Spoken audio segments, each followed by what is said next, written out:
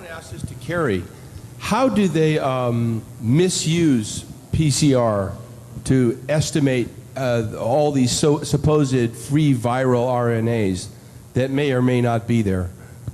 I think misuse PCR is not quite. I don't think you can misuse PCR. Actually.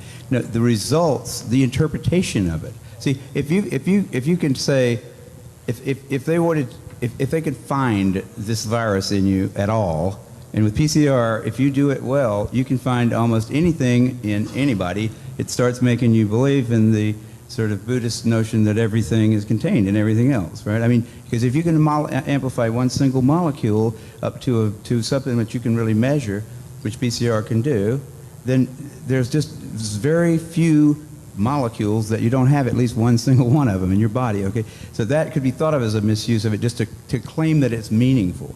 But the real misuse of it is that you don't need to test for HIV.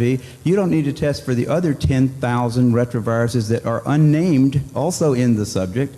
See, somebody that's got HIV generally is going to have almost anything that you can test for because they have definitely been. HIV is a fairly rare virus.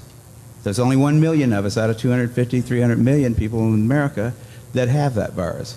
So you have to get around, either your mother had to have it and pass it to you, or you have to really be paying a lot of attention to people that do have it and paying only attention to them and get a pretty good chance of getting it that way. It's hard to get it, but if you have it, there's a good chance you've also got a lot of other ones. Because you've been in the market for it's been possible for you to get a lot of. To test for that one and say that has any special meaning is what I think is the problem. Not that PCR has been misused. It's like.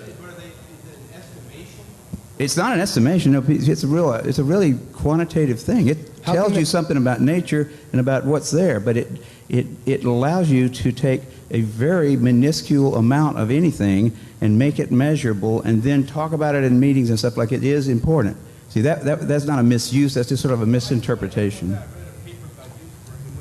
Even after all these PCR, this quantitative PCR, that if you just get down to a basic virological count, it's still 1 in 1,000 to 1 in 10,000. HIV in 1 to 1 in 1,000, 1 in 500 to 1 in 1,000 T cells. It is. No, there's very little of what they call HIV, and what's been brought out here by Philpott and Isai already. The measurement for it is not exact at all. It's not as good as our measurement for things like apples. An apple is an apple.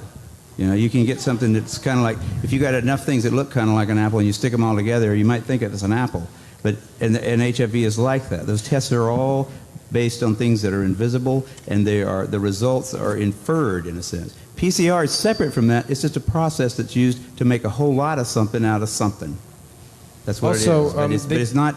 It doesn't tell you that you're sick, and it doesn't tell you that the thing you ended up with really was going to hurt you or anything like that. That's what it's not.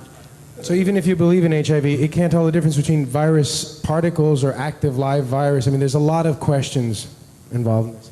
Mm-hmm. Guys, thank you very, very much. I don't know what else I can say, but to let you know that we will hold more events where people can get together. Hopefully not when they're all out of town for the holidays, but when we can have a really, really continuing and a growing movement of people asking simple questions. We don't expect to convert any